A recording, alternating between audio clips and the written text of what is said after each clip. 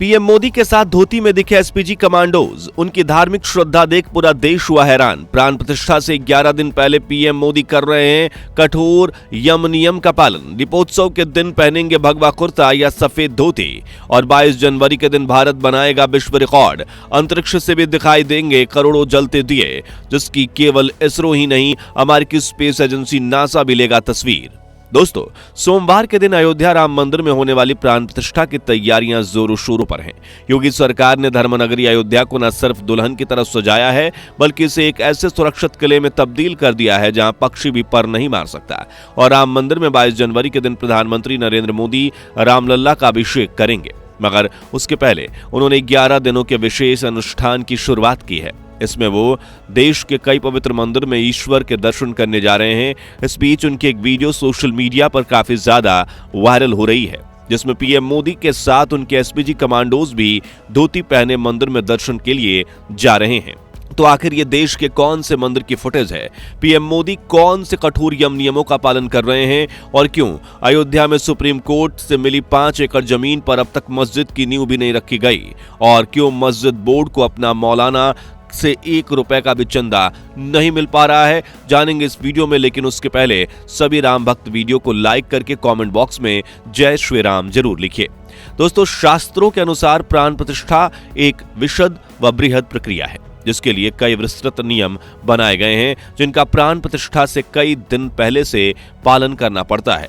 और राम मंदिर में रामलला की प्राण प्रतिष्ठा में महत्वपूर्ण भूमिका निभाने वाले पीएम मोदी ने अपनी व्यस्तता और जिम्मेदारियों के बावजूद 11 दिवसीय यम नियम पालन का अनुष्ठान शुरू किया है, जिसमें शास्त्रों के मुताबिक कई कठोर नियम होते हैं, जिससे इन्हें पालन करने वाले व्यक्ति के तन, मन और आत्मा की शुद्धि हो जाती है। इन नियमों से रोज सुबह स्नान करना, बाहरी भोजन व धूम्रपान का त्याग करना, अहंकार से मुक्त रहना, कटु वचन न बोलना, भगवान को भोग लगाने के बाद ही भोजन करना और ज्यादा से ज्यादा मौन रहना जैसे नियम शामिल हैं।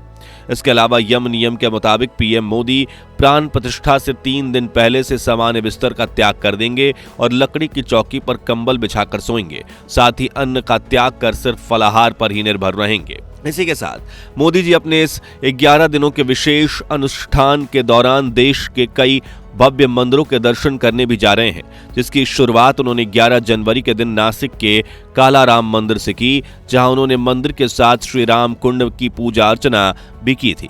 जिसके बाद 16 जनवरी के दिन वो आंध्र प्रदेश में पुट्टपर्थी के लेपाक्षी ग्राम स्थित वीरभद्र मंदिर के दर्शन करने के लिए पहुंचे थे, जहां उन्होंने तेलुगु में रंगनाथ रामायण के छंद सुने।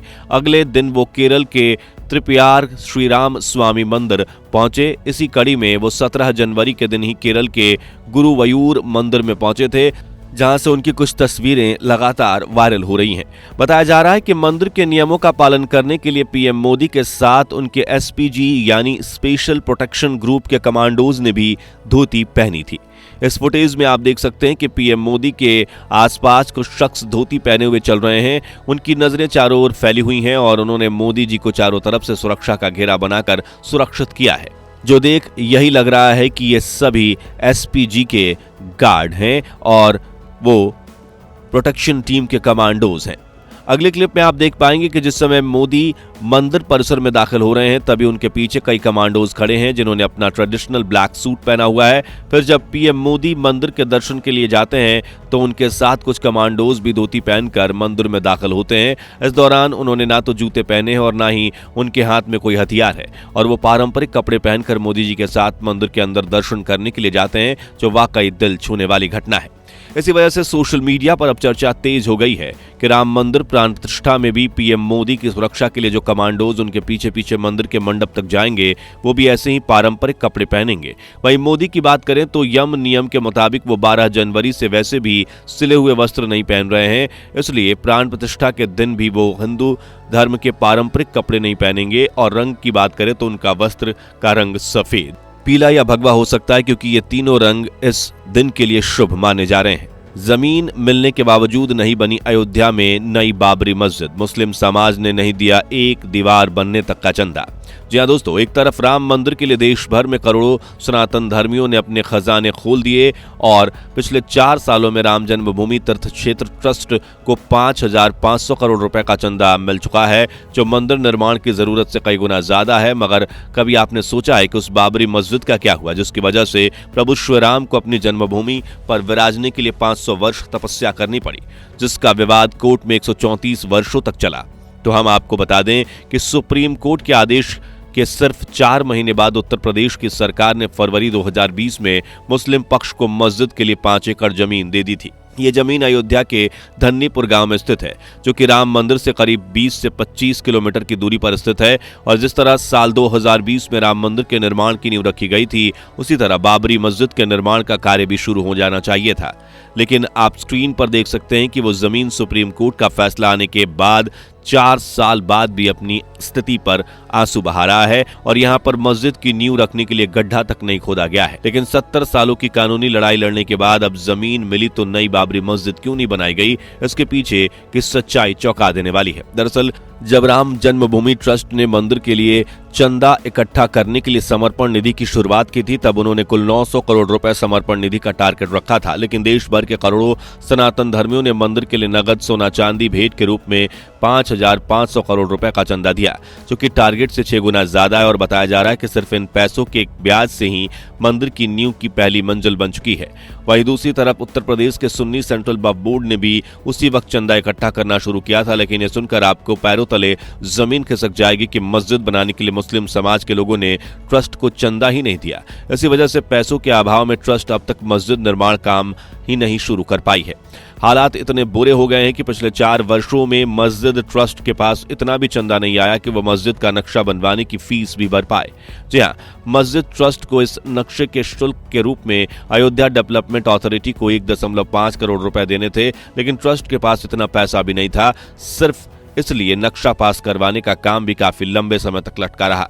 यह हैरानी की बात इसलिए भी है क्योंकि जब करीब 70 वर्षों तक लगातार कोर्ट में अयोध्या भूमि का विवाद चला, तब मुस्लिमों ने करोड़ों रुपए खर्च किए थे। यहां तक कि सिर्फ सुप्रीम कोर्ट में ही इस मामले की सुनवाई पर बाबरी मस्जिद के पक्षकारों ने 15 करोड़ रुपए खर्च किए थे। उस वक्त राम मंदिर के खिलाफ लड़ने के लिए देश के कई मौलाना और असुद्दीन ओवैसी की पार्टी ने उत्तर प्रदेश सुन्नी सेंट्रल वक्फ बोर्ड को करोड़ों रुपए दिए थे।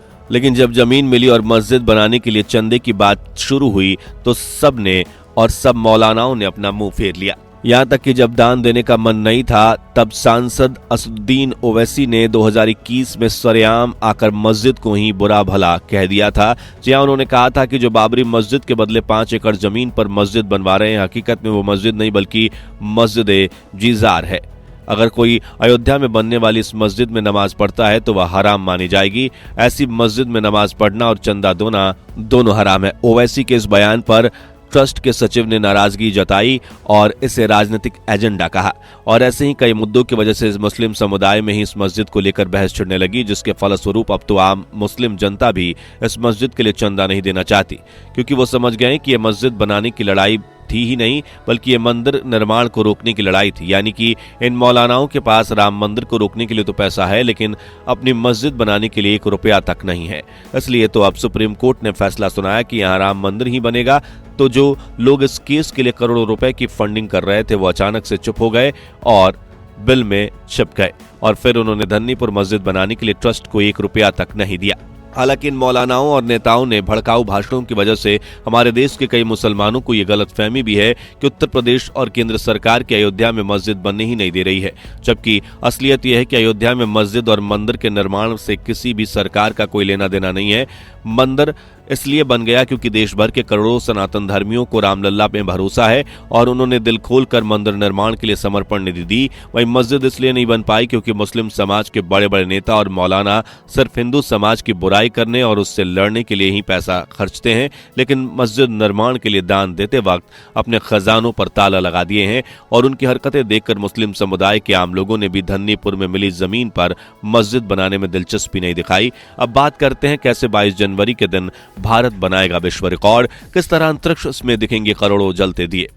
दोस्तों 30 दिसंबर के दिन प्रधानमंत्री मोदी जब अयोध्या के दौरे पर गए थे तब उन्होंने रोड शो के बाद जनता को संबोधित करते हुए कहा था कि 140 करोड़ देशवासियों से अयोध्या की इस पवित्र भूमि से प्रार्थना कर रहा हूं कि प्रभु राम की नगरी से प्रार्थना कर रहा हूं कि आप 22 जनवरी को जब अयोध्या में प्रभु श्री राम विराजमान हो तो अपने घरों में श्री राम ज्योति जलाएं, दिवाली मनाएं और वो रात पूरे हिंदुस्तान में जगमग जगमग होनी चाहिए। और पिछले बार जब मोदी जी ने ताली और थाली बजाने के लिए कहा था तब देश कैसे गूंज उठा था ये हमें आपको बताने की जरूरत नहीं है। इस बार तो भारत के सभी सनातन धर्मी 500 सालों की कड़ी तपस्या के बाद प्रभु श्री राम के अपने जन्मभूमि पर विराजमान होने को लेकर काफी ज्यादा खुश हैं, जो 22 जनवरी को दिवाली की तरह मनाकर अपने घरों में 10-10 दिए भी जलाने वाले हैं। ऐसे आंकड़ों के मुताबिक 22 जनवरी की शाम भारत में करीब 100 करोड़ से भी ज्यादा दिए जलाए जाएंगे, जिससे पूरा भारत चमक उठेगा। एक साथ इतने ज्यादा दिए जलने का विश्व रिकॉर्ड बन जाएगा और रिपोर्ट्स की माने तो ये रोशनी इतनी ज्यादा होगी कि अंतरिक्ष से भी नीली पृथ्वी में जगमगाते हुए भारत का नक्शा देखा जा सकेगा। वहीं पृथ्वी की कक्षा में मौजूद सैटेलाइट कैमराज भी जगमगाते हुए भारत की छवि दिखाएंगे, जो हमारे लिए काफी ज्यादा गर्व की बात है। और बताया जा रहा है कि न सिर्फ इसरो बल्कि अमेरिका स्पेस एजेंसी नासा भी अपने सैटेलाइट कैमराज से हमारे खूबसूरत भारत की तस्वीर लेगा और उसे सोशल मीडिया पर शेयर भी किया जाएगा। तो दोस्तों, अयोध्या में सुप्रीम कोर्ट द्वारा मिली जमीन पर मस्जिद न बनना ट्रस्ट की विफलता है या फिर भड़काऊ बयानबाजी करने वाले मौलानाओं और नेताओं की, इसके बारे में अपनी राय हमें जरूर बताइए। और वीडियो अच्छा लगा हो तो इसे लाइक और शेयर जरूर कीजिएगा और साथ ही राम मंदिर से जुड़ी ऐसी ही खबरों के लिए चैनल को सब्सक्राइब करके पास वाली घंटी जरूर बजा दीजिए। जय श्री राम।